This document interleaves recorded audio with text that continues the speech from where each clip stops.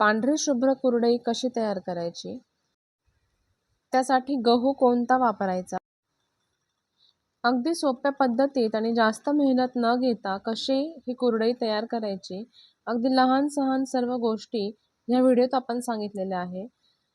Video थोडाही skip न करता पूर्ण बघा. अशाच पारंपरिक आणि नवनवीन व्हिडिओ पाहण्यासाठी तेजस्वीज होम किचनला सबस्क्राईब करा आणि सोबतच बेल आयकॉनला प्रेस करा, म्हणजे आमचे नवीन व्हिडिओ तुमच्यापर्यंत पोहोचतील. खाली दिलेल्या छोट्याशा त्रिकोणावर जर तुम्ही क्लिक केले तर तुम्हाला आमचा मोठा सविस्तर व्हिडिओ बघायला भेटेल, ज्यामध्ये कुरडया करण्यापासून ते कुरडया वाळवण्यापर्यंत सर्व माहिती त्यात सांगितलेली आहे. तसेच गव्हाचा चोथा जेव्हा उरतो तेव्हा त्या चोथ्यापासून आपण नेमकं काय केलं पाहिजे तर ते सुद्धा या व्हिडिओमध्ये सांगितलेलं आहे. तुम्ही पाहू शकता आपल्या कुरडया एकदम पांढऱ्या शुभ्र आणि चीक पण खूप चांगला झालेला आहे, की जेणेकरून आपल्या ह्या कुरडया खूप